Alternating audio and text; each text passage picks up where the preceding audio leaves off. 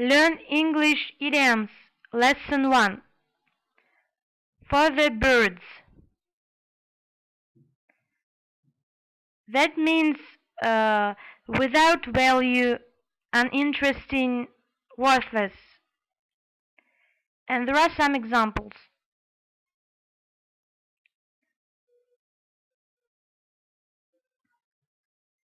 This television program is for the birds.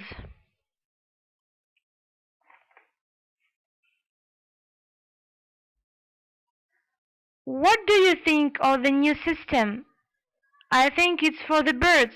It won't work.